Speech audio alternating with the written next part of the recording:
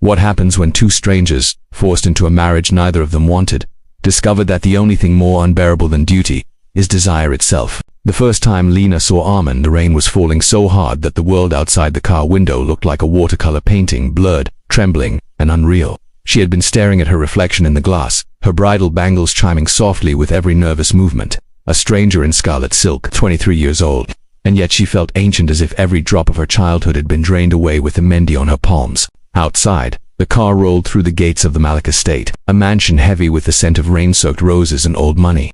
And there he was, standing beneath the carved archway, his white shawani untouched by the storm, his eyes dark and unreadable. Armin Malik, her husband. They didn't speak as the ceremony began. They didn't need to.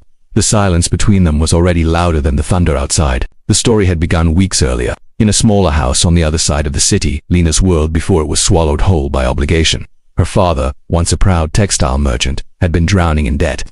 The Malik family had extended their hand, but not for free. The proposal came wrapped in politeness, delivered with the kind of charm that hides chains behind smiles. Lena's father wept that night, and she agreed without a word. She thought she was saving him. She didn't realize she was also sealing her own fate. The wedding was rushed. The photographs looked perfect. Two beautiful people standing side by side, framed by flowers and firelight, but inside both were hollow. Armin hadn't wanted this either. His heart, whispered rumor said, had belonged to someone else, a pianist, a woman with a laugh like broken glass. But love had no weight in the Malik family. Legacy did. The first days of marriage passed like scenes from a play. They spoke little, moved carefully around each other, like two actors afraid to miss a cue. The house staff watched with curiosity, sensing the tension that hung like static in every room. Lena would wake early and wander through the empty halls, her bare feet brushing against marble that reflected her image back at her, always the outsider, always the guest in her own story. In the evenings, she would hear Armin's voice from the study, low and measured, speaking to his father about business, about politics, about everything except her. And yet, something unspoken began to shift. It started the night of the storm. The power went out, plunging the mansion into darkness. Lena had been in the library, reading by candlelight. She didn't hear Armin enter until he was standing beside her. For the first time, their eyes met without pretense, without the audience of family or tradition. He looked at her, really looked, and said, quietly, "You're not afraid of the dark." She smiled, though her voice trembled. "I've lived in it long enough." The candle flickered, throwing golden shadows across their faces. For a heartbeat, something alive and dangerous passed between them. Then the lights returned, and the spell was broken. After that, the silence between them changed. It was no longer made of ice. It had the fragile warmth of something beginning to thaw. Lena began to notice the small things, the way Armin always left her favorite tea on the table in the morning, the way he stood a little too long by the garden window when she was there. He, in turn, began to listen when she spoke, to ask questions, to laugh quietly at her dry wit. They never said what was happening. They didn't need to. It was in the way he handed her a book and their fingers brushed. It was in the way she waited for his footsteps in the hall before sleep. But in houses like the Maliks, love was a dangerous language, one that could cost more than silence ever would. One afternoon, as autumn settled over the city, a letter arrived for Armin. The handwriting was delicate, unmistakably feminine. Lena found it on his desk when she came to leave a tray of tea. For a long time she stared at it, the paper trembling in her hand. Then she placed it down again, untouched. That evening he came to her room. His voice was low, uncertain. "You saw the letter?" She nodded. He hesitated. "Her name is Anaya. We were..." Before all this, the words hung in the air, heavy as rain clouds. Lena felt something tighten in her chest, not jealousy but something colder, pity, perhaps, or the cruel understanding that they were both prisoners, bound by choices not their own. "I don't want to know," she said quietly. But the tremor in her voice betrayed her. He stepped closer. "Lena, I didn't ask for this, neither of us did, but somehow, I can't." He stopped himself, looking away, as if afraid of the truth that lingered too close to the surface. She turned from him then, her voice barely a whisper. "Don't make promises you're not allowed to keep." That night, she didn't sleep. The rain returned, tapping against the windows like an impatient ghost. Somewhere in the darkness, she could hear music, a piano playing softly from the old gramophone in the study. The melody was haunting, full of longing and regret, and she knew. The pianist Anaya. The next morning, Armin was gone before dawn. The servant said he had left for the city. No one told her why. But when she went to the library later, she found something on the table, a single rose, pressed between the pages of her book. Days passed. The rose dried, its petals darkening like a memory that refused to fade. When Armin returned, he looked different, tired, resigned. She didn't ask where he had been, but one night as they sat in silence by the balcony, he finally spoke. "She's gone," he said simply. "Married. Left the country." Lena said nothing. The air was cool, carrying the scent of jasmine. Below them, the city glittered 1,000 tiny lights pretending to be stars. For a long while, neither moved. Then Armin turned to her, his voice barely audible. Maybe we could try. The word struck her like lightning, sudden, impossible, beautiful. She wanted to say yes, to reach for him, but something inside her held back the memory of her father's tears, the weight of the bargain that had begun it all. Try what, she asked, though she already knew. He didn't answer. Instead, he reached for her hand. This time she didn't pull away. In that quiet, fragile moment, the world outside seemed to disappear. The debts, the expectations, the ghosts of old loves. There was only the sound of their breath, the faint hum of the city below, and the beating of two hearts that had finally found the same rhythm. But even as she let herself lean into that warmth, a shadow lingered at the edge of her mind. The Malik family was not kind to disobedience, and affection, true affection, had a way of becoming rebellion in houses built on power. The next morning, Lena found her mother-in-law waiting at breakfast, her expression cold and perfect. "I hear," she said, stirring her tea with deliberate grace, "that my son has been distracted." Lena froze. "I don't understand." The older woman smiled without warmth. "Of course you do. But you will remember your place. This family cannot afford complications." For the first time, Lena saw the steel beneath the silk. She understood then that whatever freedom she thought she'd found was fragile, a glass house in a storm. That night, Armin didn't come home. Hours passed. The clock ticked louder with each second, the storm outside rising once more. Lena waited by the window until the candles burned low. When she finally heard footsteps in the hall, she turned, but it wasn't him. It was a servant, pale and trembling, holding out an envelope. "Madam," he whispered, "this was left for you." Her hand shook as she opened it. The paper was wet, the ink blurred by raindrops, but the words were still legible. "I had to make a choice," it read. "Forgive me." That was all. The rest of the night passed in silence. By morning, the storm had cleared. Sunlight poured through the windows, too bright, too cruel. The mansion felt empty, as if some invisible thread had been cut. Lena stood at the balcony where they had last spoken, the rose still pressed between the pages of her book. She looked out over the city, her heart a battlefield between pride and grief. Somewhere in the distance, she heard the faint sound of a car engine fading, disappearing down the long road that led away from the Malik estate. She closed her eyes. Love, she realized, had never been denied. It had simply been delayed, and somewhere beyond duty, beyond fear, it was waiting to return. But what had Armin chosen? And why had he left her without a word? The answers would come soon enough. For now, only the wind whispered the truth, carrying the scent of roses and the promise of something unfinished. The days after Armin's departure moved like a dream that refused to wake. The house became too quiet, too large. Every sound, the creak of a door, the distant roll of thunder, echoed with his absence. The servants spoke in hushed tones, avoiding her eyes. The Malik estate, once a gilded cage, now felt like an abandoned theater after the final curtain. Lena spent her mornings on the balcony, where the wind tugged at her, sorry, and the scent of wet earth rose from the gardens below. She would open the letter again, read those same full words, "I had to choose," and wonder what they meant. Choose what, or whom? At night, she dreamed of him walking down a long corridor lined with mirrors, his reflection multiplying endlessly, until he disappeared into the dark. A week passed before she heard his name again. It was during a family dinner, when Armin's younger brother, Imran, returned from the city. He spoke casually, too casually, as he mentioned seeing Armin at a press event. He looked well, Imran said, his eyes flickering toward Lena. "He's working closely with father again. Something about the new business deal with the Singanier group." The name struck her like a bell. The Singaniers were power magnates, ruthless, wealthy, and well-connected. But what unsettled her most was not the deal itself. It was the whisper that followed later that night, carried by a servant who lingered too long near the corridor. "They say the Singanier daughter has taken a liking to him," the servant murmured to another. "Pretty girl, widowed young. Her family wants an alliance." Lena's hands tightened around the cup she held. The porcelain cracked. The next morning she sent for the car. The city shimmered under a pale sun, the streets alive with noise and color. It had been months since she'd been outside the estate's walls. The world felt almost foreign. She asked the driver to stop by the Malik headquarters, a towering glass building that mirrored the clouds. When she stepped out, people stared. The Malik daughter-in-law, veiled in ivory silk, appearing unannounced. The receptionist faltered before she recognized her. "I need to see Mr. Malik," Lena said. Her voice was calm, but her heart was a storm. A few tense minutes later, she was led to the top floor. The doors opened to a sleek office where Armin stood, his back turned, speaking into a phone. He didn't notice her at first. His posture was straight, controlled. When he finally turned, his eyes widened in shock. "Lena," her voice came out softer than she intended. "You left without saying goodbye." He hesitated, setting the phone aside. "I didn't want to hurt you." She stepped closer. "Then what do you call this?" The distance between them was measured in more than space. It was months of silence, of words unsaid.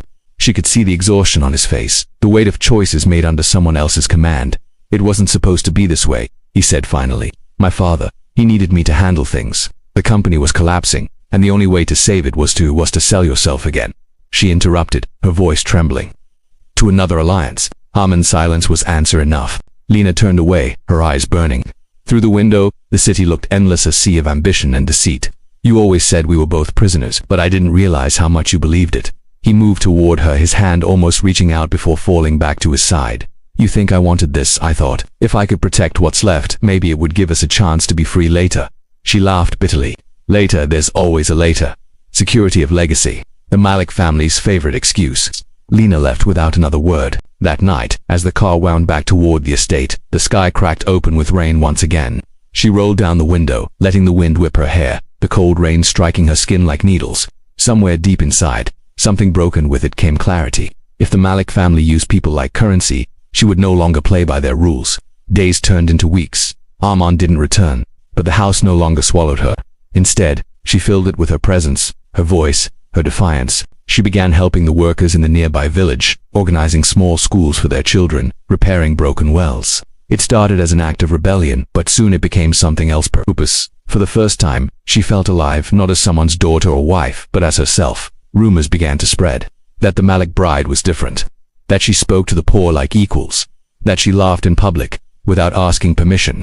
The elders of the family were not amused. One evening, as the golden light faded through the latticed windows, Armand's father arrived at her door.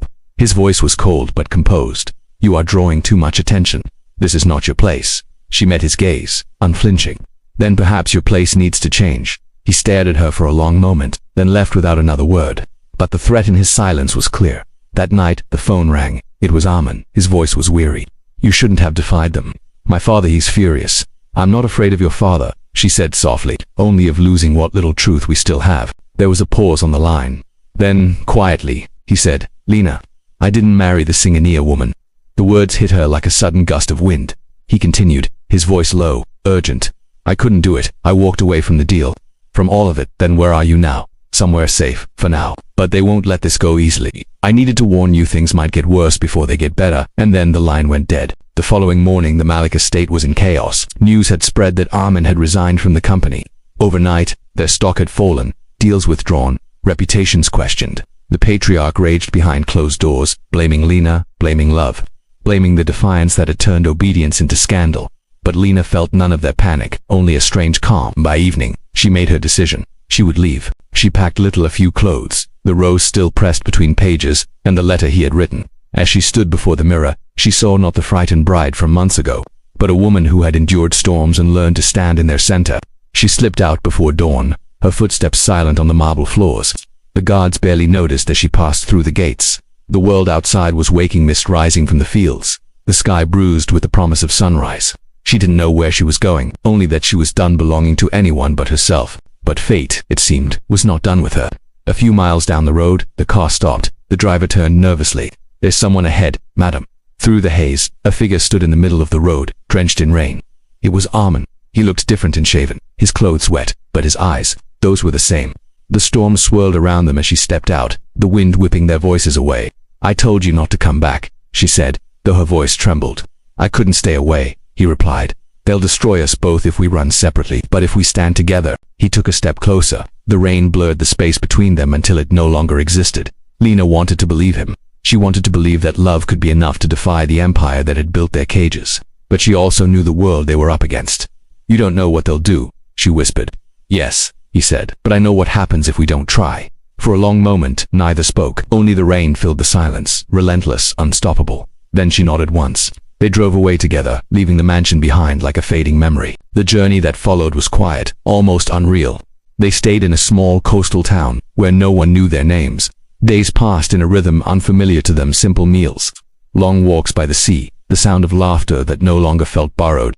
Sometimes, at night, they spoke about the future not as a plan, but as a fragile dream. I used to think love was something that happened to you, Lena said once, watching the tide pull at the shore. Now I think it's something you have to choose. Again and again. Armin smiled faintly. Then let's keep choosing. But the past has a way of finding those who dare to escape it. It began with a newspaper headline left on their doorstep. Malik Enterprises faces legal inquiry. The scandal had deepened accusations of corruption, false accounts, betrayal within the board, and Armin's name was in it. They're blaming me, he murmured, scanning the article. They need someone to fall. Lena's heart pounded. Then we need to leave farther this time, but it was already too late. That evening, as the sun sank into the sea, they heard the sound of engines approaching. Black cars, cutting through the mist like predators. Armin looked at her, his eyes steady, calm. Whatever happens, don't be afraid. He kissed her forehead once, briefly, as if sealing a promise, then he stepped outside. The men approached him in silence. She couldn't hear what was said, only saw the flash of headlights, the movement of shadows, the sound of a door slamming, and then nothing. When the cars were gone, the road was empty again. Lena ran out into the rain, calling his name, her voice swallowed by the wind. Only the sound of the sea answered her. Later that night, as the storm raged against the fragile windows, she sat by the door, clutching the letter he had once written, the one that had begun everything. I had to make a choice. Now she understood. It had never been between her and another woman. It had been between love and loyalty, between truth and survival. And as the storm outside began to fade, she realized something else. The world might strip away everything's titles, wealth, even safety, but it could never unmake the kind of love born in defiance. The next morning, the sun rose quietly over the sea. The horizon glowed like a wound healing slowly. Lena stood there, watching, her hair tangled in the wind, her eyes clear. Somewhere out there, Armin still existed in memory, in promise, perhaps even in flesh. But this time, she would not wait for him. This time, she would walk forward, toward the unknown, toward the life she would claim for herself. Because love, she finally understood, was not the opposite of freedom. It was a reason to fight for it. And somewhere, beyond the sound of waves, the story was still not over. The sea had a way of erasing footsteps. By morning, the sand outside Lena's cottage was smooth, untouched, as if no one had ever stood there shouting into the storm. The world pretended nothing had happened. But inside her, something refused to forget. Days passed. The fishermen returned with their catches. Children ran along the shore, and life went on indifferent, almost cruelly peaceful. Lena tried to match its rhythm. She cooked, she wrote in her journal, she listened to the sea breathe in and out like a sleeping giant. Yet the silence had changed. It wasn't solitude anymore, it was waiting. Then one afternoon, a small boat came ashore. A stranger climbed out, tall, thin, his clothes dusty from travel. He carried a newspaper wrapped in plastic to keep it dry. When he saw her, he removed his cap. "You're Mrs. Malik, aren't you?" Her heart stumbled. The man hesitated. "Your husband, there's been news. Some say he's in custody. Others say he vanished before they could find him. The papers don't agree." Lena took the newspaper with trembling hands. The ink was smudged, the headline sharp. Armin Malik missing after financial scandal deepens. Below it, a grainy photograph of him, eyes downcast, surrounded by men in suits. She didn't breathe for a long time. That night, she couldn't sleep. The moonlight poured across the floor like spilled milk, cold and unforgiving. She replayed every word, every glance, every silence between them, searching for something she had missed, a hint, a warning, a goodbye hidden in plain sight. Had he planned this, or was he taken? By dawn, she had made up her mind. The next train to the city left at sunrise. She packed only what she needed, a shawl, a small satchel, the rose still pressed between pages, and the old letter now torn at the edges from being read too often. The city hadn't changed, but she had. The Malik mansion stood like a monument to everything she'd escaped, tall, cold, and gleaming with a kind of beauty that felt poisonous. When she stepped through its gates again, the guards hesitated but didn't stop her. She was still the daughter-in-law, even if the family wished she weren't. Inside, the air was heavy with tension. Voices whispered behind doors. Phone calls ended abruptly. Her mother-in-law was sitting in the main hall, her face a mask of serenity that fooled no one. "You shouldn't have come back," the woman said without looking up. "I need to know where he is." Her mother-in-law finally met her eyes sharp as glass. "Your husband made his choices. He's no longer part of this family." Lena's pulse quickened. "You mean he's alive?" A pause, a long deliberate silence. "I mean," the older woman said, "he's no longer our concern." Lena turned and walked away before the rage could spill from her mouth. She wandered through the corridors, each one echoing with the ghosts of their shared silence. She stopped at his study. Dust covered the desk, the shelves half empty. She ran her fingers along the wood and felt something, a faint ridge under her palm. A loose panel. Behind it, a small compartment. Inside, a photograph of her, standing by the balcony, unaware he'd been watching, and beside it, a folded note. Her heart pounded as she opened it. "If you're reading this, it means they've found me. Don't trust anyone, not even the ones who say they're protecting me. There's something hidden beneath this house, something my father never wanted the world to see. Find it, and you'll know why they wanted to silence us." No signature, just his handwriting, hurried and uneven. Lena pressed the paper to her chest. Beneath this house, that night, after the mansion fell silent, she crept through the halls with a lantern. Every creak of the floor sounded like thunder. The servants' quarters were dark. Somewhere, a clock chimed 2. She reached the cellar, a place she'd never been. The air was damp, heavy with the smell of dust and old wine. Cobwebs clung to her arms as she moved deeper. Then she saw a section of wall that looked newer than the rest, its stones a different shade. Her hands trembled as she pushed. It didn't move. She searched the nearby shelves and her fingers brushed against a latch hidden behind a rack of bottles. The wall clicked open with a soft hiss. Behind it, a narrow stairway spiraled down into darkness. Every instinct told her to turn back, but she thought of his letter, of the promise he had made, and stepped inside.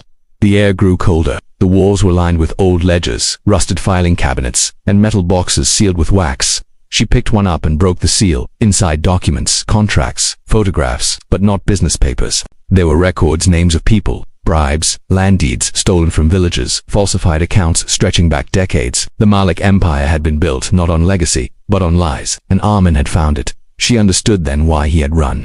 Behind her, a sound faint, but unmistakable. The whisper of movement. She turned, holding up the lantern. A shadow shifted near the stairs. Then a voice she recognized, low and measured. "I told you to stay away." Her mother-in-law stepped into the light. Gone was the mask of elegance. In its place was raw, burning fury. "So it's true," Lena said quietly. "You knew." The older woman's lips curled. "I built this family from nothing. You think you can destroy it with a few papers?" Lena met her gaze, unflinching. "I think your son already did." For a moment, silence. Then the lantern flickered. The older woman stepped closer, her voice barely above a whisper. "He was weak, like you. He couldn't protect what we created." Lena's voice shook. "Where is he?" Her mother-in-law smiled, cold, victorious. "You made the same mistake you're making now." He thought the truth would save him. And then she turned and walked away, her footsteps fading up the stairs. Lena stood there, frozen. The lantern flame wavered, throwing shadows across the walls. The truth was here, proof of corruption that could ruin the Malik name forever. But somewhere above, Armin was still missing. She gathered what she could, a handful of papers, a small notebook with his initials, and climbed back up before dawn. The mansion was silent again, but outside, the world was waking. She slipped out through the servants' gate and disappeared into the streets. For the next few days, she lived like a ghost. She rented a small room near the old railway yard, using a false name. Every night she pored over the documents by candlelight. There were clues, signatures, coded initials, and one recurring mark. Project Elmira. It appeared in nearly every file Armin had collected. A secret venture, financed through hidden accounts, always linked to his father's name. But one file was different. It was newer, written in Armin's own handwriting. A list of addresses, and next to one, circled twice in red, the words, "The Old Factory, Sector 19. That night, she went there. The factory was abandoned, its walls scarred by rust, its windows broken. Rain dripped from the ceiling, pooling on the cracked floor. She moved carefully, flashlight in hand, until she reached the far corner. There, half covered by a tarp, was something that didn't belong. A metal door, padlocked shut. She cut the lock with a rusted tool she found nearby. The door creaked open, revealing a small room, and inside, a single desk. Papers scattered, a broken lamp, and on the floor, a photograph. It was Armin, standing beside a man she didn't recognize, both looking at the camera, unsmiling. On the back, written in his handwriting, "If I disappear, find him." Lena stared at the photo, her pulse racing. Who was the man? Behind her, a faint echo of the sound of footsteps. She turned, flashlight shaking. "Who's there?" No answer. Just the slow drip of water, the whisper of the wind through shattered glass. She bent down to pick up the photo, and that's when she saw it, carved faintly into the wall, half hidden by grime. A symbol, the same one marked on every document in Armin's files. Project Almira. She traced the outline with her finger. And as she did, something clicked behind the wall, a mechanical groan, as if some ancient machine had been waiting for this moment. A section of the floor shifted, dust rose in a trembling cloud. Beneath the floorboards lay a narrow vault. Inside were rows of files, disks, and sealed envelopes, proof, perhaps, of everything the Malik family had hidden. But among them was something else, a letter addressed to her. Her breath caught as she tore it open. "Lena," it read, "if you're reading this, then you've found what I couldn't protect. The truth is darker than we imagined. It wasn't just about money. There were people, disappearances, bribes, things that couldn't be traced on paper. Project Elmira was never business, it was control. I tried to stop it. They turned on me. Don't look for me, not yet. They're watching." The ink was smudged, the handwriting frantic. She sank to the floor, clutching the letter. Outside, thunder rolled again. The sea, even from miles away, seemed to roar in her ears. He was alive, but if what he'd written was true, she was in danger too. She gathered the documents and ran. Rain lashed the streets as she reached the train station, heart pounding, the photo and letter clutched to her chest. She didn't know where to go, only that staying meant being found. As she stepped onto the platform, lightning split the sky, illuminating a face in the crowd. For a heartbeat she thought it was him, but when the light faded, He was gone, and then she saw what he'd left behind, a folded scrap of paper on the bench where he'd stood. Then on it, in his handwriting, "They know about you. Trust no one." The train whistle screamed. She climbed aboard just as it began to move. The city blurred into streaks of rain and smoke. Lena pressed her forehead to the window, breath trembling, heart racing. She wasn't just chasing the truth anymore, she was running from it. And somewhere in the distance, through storm, through silence, the next part of the story was already waiting to begin. The train carved through the night like a silver blade. Outside, the rain still fell thinner now, almost delicate, tracing ghostly lines across the windows.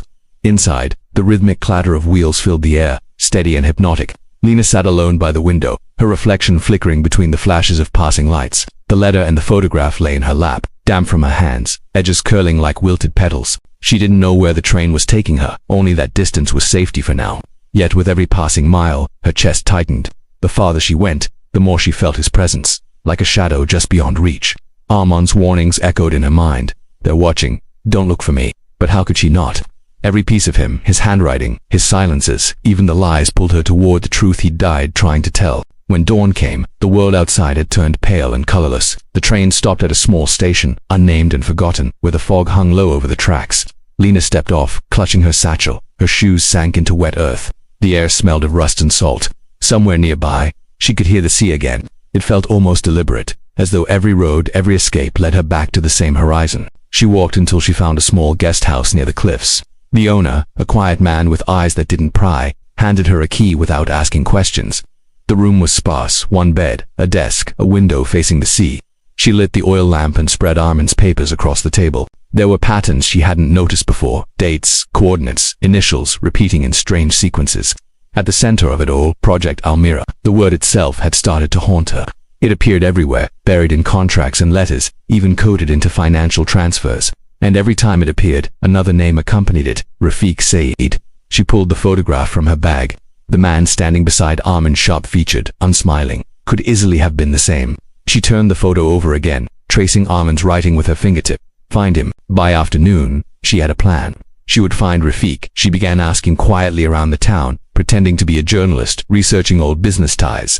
Most people shook their heads or avoided her gaze. But an old fisherman, his eyes cloudy from the sun, finally spoke. "Saeed," he said slowly. "There used to be a man by that name, had a warehouse near the docks, but it burned down years ago. Nothing left but the walls and the wind. That night, she went there. The ruins of the warehouse stood on the far edge of town, skeletal against the pale moonlight. The air was thick with the smell of smoke long extinguished. Lena climbed through a gap in the rusted gate, her lantern flickering as the wind tugged at her scarf. Inside, the walls were covered in soot and graffiti, the floor littered with debris. But in one corner, half hidden beneath a collapsed beam, she saw it, the same symbol from Armin's files, scratched into the concrete. Project Almira. She crouched down, brushing away the dust. There were faint letters beneath the symbol and address. Her breath caught. It wasn't a place she recognized, but she knew the city it pointed to, Delhi, the Moloch headquarters heart. A noise echoed behind her, soft, deliberate. Lena froze. The lantern flame wavered. Who's there? No answer. She turned slowly, scanning the shadows. And then she saw him, a man standing near the entrance, half in darkness. He was older than in the photograph, beard grayer, eyes hollow but sharp. "Rafiq," she whispered. He didn't deny it. "You shouldn't have come," he said. His voice was rough, strained by fear or regret. She couldn't tell. "You knew Armin," she said. "You were with him. You helped him. I need to know where he is." Rafiq stepped closer, his expression unreadable. "He trusted you, didn't he?" "I'm his wife." "Then you should have listened to him." Lena's voice broke. "I can't stop until I know the truth." He studied her for a long time, then sighed. "Truth is a dangerous thing, Mrs. Malik. It doesn't free people, it consumes them." She met his gaze. "Then let it consume me." Something in her tone, the quiet certainty of it, changed his expression. He looked past her toward the sea, then back again. "They're trying to erase him," he said finally. "And me, and anyone who ever touched Project Almira." "What is it?" Rafiq hesitated, then pulled a small flash drive from his coat. "Proof, but proof means nothing when the people who own the law own the truth." Lena reached for it, but he pulled his hand back. "If you take this, they'll come for you next. They already have." He stared at her for a moment, then pressed the drive into her palm. "Go to Delhi. There's a man there. His name is Dr. Chatterjee. He worked in data encryption for your husband's father before it all went dark. If anyone can read what's inside this, it's him. Will you come with me?" Rafiq shook his head. "I'm already dead in their books." She wanted to say more, but a sound cut her off, the low growl of engines. Headlights sliced through the broken walls, sweeping across the floor. Rafiq's eyes widened. "Run." She didn't argue. She turned and sprinted toward the back exit, heart pounding, the flash drive clutched in her hand. Behind her, voices shouted, footsteps thundered, a gunshot cracked through the night, echoing off the water. She didn't look back. The alley beyond the warehouse led toward the cliffs. She ran until her lungs burned, until the lights behind her vanished into the mist. When she finally stopped, she was standing on the edge, the Black Sea raging below, the horizon swallowed by storm clouds. Rafik was gone. Only the sound of the wind remained. She fell to her knees, gasping, shaking. The flash drive glinted in her hand, tiny and weightless, and yet it felt heavier than everything she'd carried before. Inside it, she knew was the answer, and the cost. By morning, she was gone from the town. The road to Delhi was long, littered with police checkpoints and the scent of unrest. Rumors followed her about the Malik Empire collapsing, about arrests, about deaths that looked like accidents. The city she returned to was no longer familiar. Billboards still bore the family name, but their lights flickered, their colors faded. She found Dr. Chatterjee in a small, forgotten university lab surrounded by old monitors and humming machines. He was a quiet man, with hands that trembled when they moved too quickly. "Armin Malik sent you?" he asked when she showed him the flash drive. He didn't have a choice. Lena said, "Can you read it?" He nodded once, sliding it into an old terminal. Lines of code spilled across the screen. Minutes passed. Then his face changed, confusion, then disbelief, then horror. "What is it?" she whispered. He didn't answer immediately. He turned the monitor toward her. "These aren't just business files. These are surveillance logs, recordings, thousands of them, phone calls, messages, journalists, politicians, people being monitored. Project Elmira wasn't a company. It was an intelligence network, privately owned, controlled by your husband's father." Lena felt the blood drain from her face. "You mean yes," he said quietly. "Every scandal, every deal, every silence, they were all built on information stolen and hidden. Your husband found out. He tried to shut it down, and they silenced him." Dr. Chatterjee's voice softened. "If you release this, you'll destroy them, but you'll also destroy yourself." Lena stared at the screen. The truth shimmered there like a reflection in broken glass. Fragile, sharp, unstoppable. For months, she had been running toward this moment, and now that she stood before it, she didn't know whether to feel relief or terror. She thought of Armin, his eyes in the rain, the last letter, the way he had said, "Don't look for me." Maybe he hadn't meant for her to find him. Maybe he had meant for her to finish what he couldn't. But before she could speak, the lights flickered, then went out. The hum of the computers died. The room plunged into silence. Dr. Chatterjee turned slowly toward the door. Footsteps echoed in the hallway, heavy, measured, not hurried, confident. Lena's heart thudded once, hard. She slipped a flash drive from the terminal and hid it in her sleeve. The door handle turned. For a moment, everything stilled, even the air, even time itself, and then the door opened. A man stepped inside. His coat was wet from the rain, his face half in shadow. Lena's breath caught in her throat, because the voice that followed, low, steady, unmistakable, was one she thought she'd never hear again. "Lena," he said, "you shouldn't have come back." The lantern's glow trembled as it caught his face. It was our man, alive, but there was something in his eyes she didn't recognize, something colder than fear, sharper than grief. He wasn't the man who had left her, and in that moment she realized the truth she had found might not be the same truth he had been running from. The storm outside began to rise again, wind howling through broken glass. Papers flew across the room. Lena took one step back, her voice barely a whisper. "What have you done?" Armin's answer came quietly, almost tenderly. "What I had to." And before she could speak again, the power surged, the lights flickered on, and everything changed. For a heartbeat, neither of them moved. The flickering fluorescent light buzzed overhead, its hum the only sound between them. Lena's pulse thundered in her ears as she stared at him, at the man who had been her ghost, her grief, her reason to keep breathing. Armin stood just a few feet away, alive and impossibly real, but there was something hollow in his gaze, like he had been emptied and refilled with something colder. She wanted to run to him, to touch him, to confirm that this wasn't a cruel hallucination. But something in the way he watched her, still unreadable, held her in place. His expression was not joy. It was caution. It was warning. "You died," she whispered, voice breaking against the silence. Armin's eyes softened for a fraction of a second. "I had to." Dr. Chatterjee took a step forward, confusion etched across his face. "What does this mean?" "You were supposed to be." Armin turned sharply toward him. "You shouldn't be here." Lena's voice rose, trembling. "You disappeared. They said you were dead. You let me believe that." His gaze met hers, and something cracked behind it. Guilt, maybe, or pain. "It was the only way to keep you safe." "Safe from what?" she asked. "From the truth. From them." "No," he said quietly. "From me." The words hit her harder than the wind rattling the windows. He moved closer, and for a moment she saw the man she once knew, the one who used to trace stars on her palm under the rain, who whispered promises that felt eternal. But the man standing before her now seemed carved from shadows, a stranger wearing the same face. She held up the flash drive. Is this what you were protecting?" Armin's eyes darted to it, and for the first time, she saw fear. "You shouldn't have found that. It's your father's network," she said. Project Almira, surveillance, corruption, power. You tried to expose it, didn't you? He hesitated. I tried to control it. The room felt smaller suddenly. The rain outside grew heavier, like 1,000 hands against glass. Lena's breath caught control it. Armand took another step, his voice low. You think I wanted to burn it all down? I wanted to take it, reshape it, use it. It was built on lies, yes, but it could have been a weapon for good. We could have turned their own power against them. She stared at him, her pulse quickening.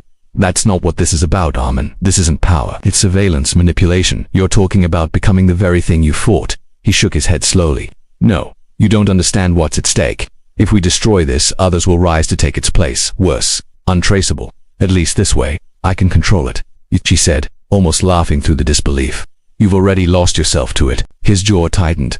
You think truth will save you, that releasing this will make the world cleaner. It won't. It'll drown you. It'll drown everyone. Dr. Chatterjee spoke softly, voice trembling. Armand, the data, it exposes decades of criminal activity. If it goes public, people will demand justice. You can't stop that. I'm not trying to stop justice, Armand said. I'm trying to survive it. Lena stepped forward, anger rising now. You let me grieve you. You let me believe you were murdered for doing what was right. And now you're telling me you became part of the machine you tried to destroy. He looked at her for a long moment, then said, You were never supposed to find out. She laughed bitterly, tears burning her eyes. You sound like him. Your father. That struck something in him. His face hardened, a flicker of fury passing through. Don't compare me to him. Why not? She shot back. You're defending his empire. You're speaking his language. Do you even hear yourself? Armand's breath came sharp and shallow. He turned away, pacing, his silhouette cast in fractured light. You think it's that simple that I wanted any of this? You don't know what it's like to live in his shadow, to inherit his sins. Every door I opened was wired with his fingerprints. Every ally he had turned out to be an enemy. I tried to destroy what he built, Lena, but somewhere along the way, destroyed me instead. She stared at him, the weight of his confession pressing down like the storm above. So what now? She asked softly. You want me to keep your secret? Pretend none of this ever happened? He turned back to her, eyes pleading. I want you to trust me one last time. She held his gaze unflinching. Trust? You faked your death. You left me to rot in that house, surrounded by people who wanted me gone, and for what? So you could play God with stolen data.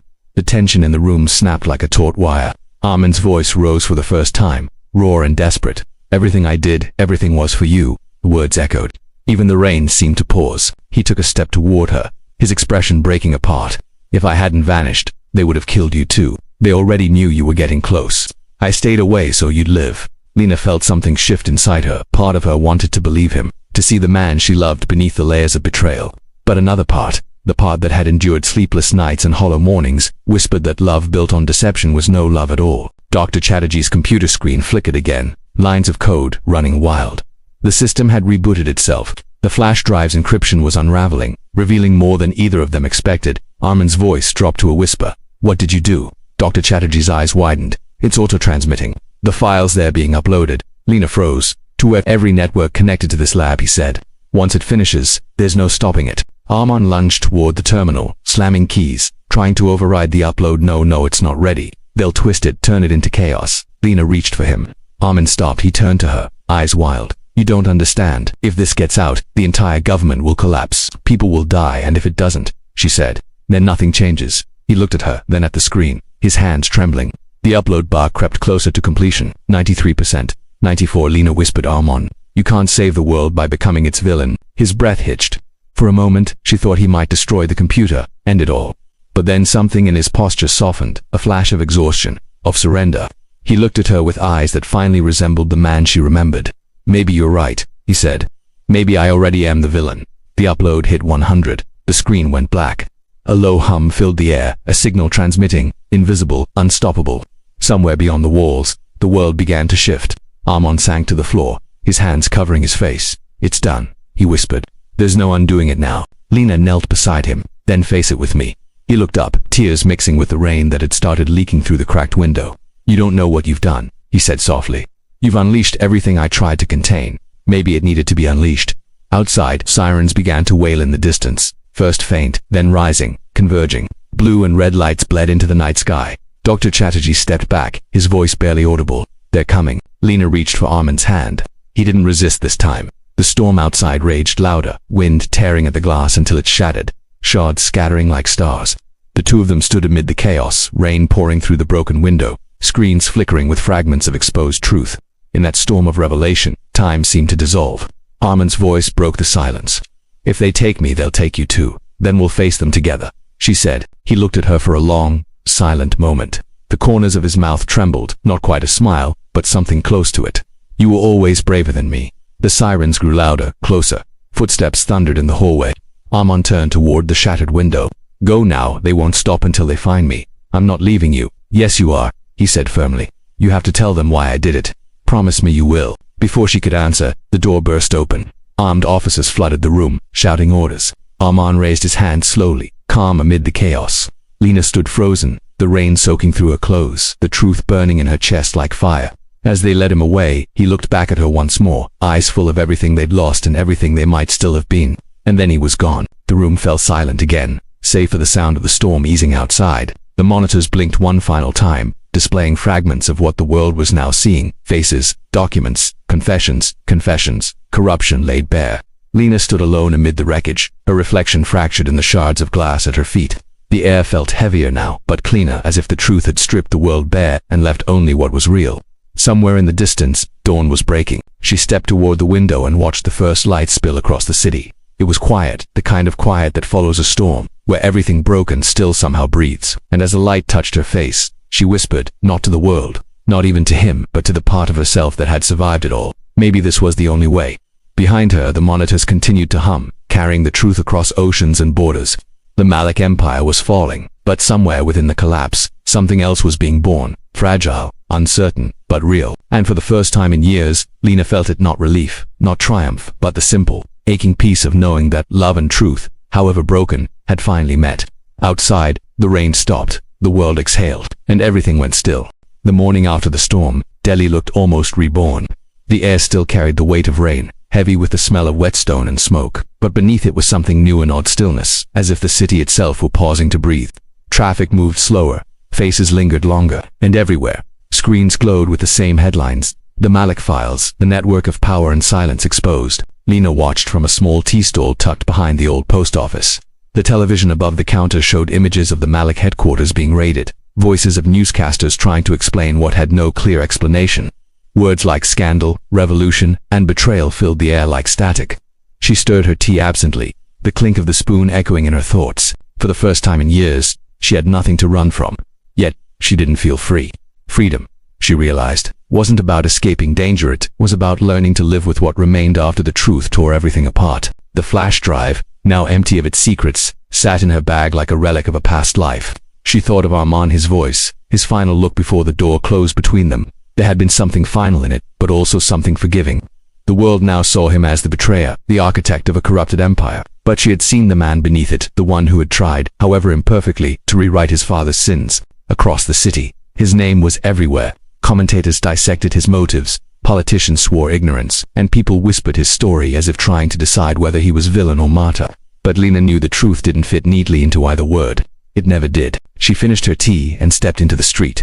The sun was rising higher now, diffused through the haze. It wasn't golden, it was pale, hesitant, the kind of light that made everything look fragile. As she walked, the city unfolded around her like a map. She was learning to read again, vendors shouting, children chasing a paper ball, a woman selling marigolds from a wicker basket. Life went on, oblivious to the magnitude of what had shifted overnight. She took the metro to the old district near the Yamuna River. There, among the crumbling colonial buildings, stood the Malik Foundation, once her husband's pride, now cordoned off by yellow tape. She paused outside the gate, the emblem of the foundation still faintly visible through the grime, two hands holding a flame. She reached out, brushing her fingers across the metal. "You tried," she murmured, not sure if she was speaking to him or to herself. Maybe that's what matters. A security guard nearby gave her a curious look, but she smiled faintly and turned away. The afternoon drifted by quietly. News continued to spread, the city alternating between outrage and awe. Somewhere, she imagined Armin sitting in a cell, silent, waiting. Maybe he was watching the same news through bars. Maybe he was hearing his name turned into a myth. She didn't know if he'd ever be free again. But in some strange, irreversible way, the truth had already freed them both. As dusk fell, she found herself on the same hill where she and Armin had once watched the monsoon clouds roll in. Back then, their love had been simple, full of promise, untainted by power. They had talked about building a life that was theirs, untouched by his father's empire. That dream had dissolved, piece by piece, into secrecy and silence. Yet standing there now, she realized it had also led her here to this moment of quiet reckoning. The wind was cool, carrying the scent of damp earth and jasmine. She closed her eyes and listened to the hum of the city below her, sound not of chaos, but of continuity. The world was still turning. Despite everything, somewhere behind her, footsteps approached softly. She didn't turn at first, thinking it might be a passerby, but the voice that followed made her breath catch. "You still come here?" She turned slowly. It was Dr. Chatterjee, his shoulders hunched against the breeze, his expression weary but kind. He carried a folded newspaper under his arm. "They let him speak this morning," he said. "A statement before the commission." Lena's heart stilled. "What did he say?" Chatterjee handed her the paper. The front page showed a single line of Armin's words, bold across the photograph of his bowed head. "The truth is never clean, but it is necessary." Lena traced the headline with trembling fingers. For a long moment, neither of them spoke. "He refused to deny anything," Chatterjee said quietly. "Didn't ask for mercy. Said if the system collapses, maybe it's time it did." She nodded, eyes glistening. "That sounds like him. Do you think he'll ever be free?" the professor asked. Lena looked out toward the horizon where the last light of day lingered like a held breath. "Maybe he already is," she said. "Maybe freedom isn't walking out of a cell. Maybe it's finally being seen for who you are." They stood in silence as the sun disappeared, the sky shifting from gold to indigo. When she finally turned to go, Chatterjee called after her, his voice softer than the wind. "And you, what will you do now?" She smiled faintly. "Live," she said. "And remember," the city lights flickered awake below, scattered like constellations fallen to earth, each one a window, a life, a story still unfolding. As she walked down the hill, the air filled with the sounds of evening, the distant bells of a temple, the call of a street vendor, the laughter of strangers. It felt strange, almost sacred, to move through a world that was rebuilding itself in real time. She reached the riverside and stopped, watching the reflection of the city ripple across the dark water. The current carried fragments of petals, paper, light. Everything the storm had broken was finding its way somewhere new. Lena crouched by the edge, pulling from her bag a small locket almonds. Inside was a photograph of them, taken long before everything began. She opened it, looked at it one last time, then placed it gently into the water. The current took it, spinning it once before carrying it away. As it vanished, she whispered, "Goodbye." But even as the word left her lips, it didn't feel like an ending. It felt like a release. Above her, the moon broke through the clouds, casting silver over the river. The world was still scarred, still uncertain, but it was awake now, honest. She thought of all that had been lost, all that had been revealed, and felt an ache that wasn't quite sorrow. It was something deeper, the quiet recognition that love and truth are not opposites, but mirrors. One breaks, the other reflects, and sometimes, to save what's real, you have to lose what was perfect. Lena turned toward the city once more, her shadow long against the lamplit path. She didn't know what tomorrow would bring, chaos, healing, or both. But she knew this. The world would remember his story, and hers, not as tragedy but as proof that even the most broken things can hold light. As she walked away, her voice lingered softly in the air, more thought than sound. "Maybe love isn't meant to save us," she murmured. "Maybe it's meant to show us who we really are when we can't be saved." The river answered with a whisper of waves. The city exhaled, and somewhere in the unseen distance, past cells, screens, and secrets, a man closed his eyes in the dim light of a cell and felt, for the first time, the peace of being known.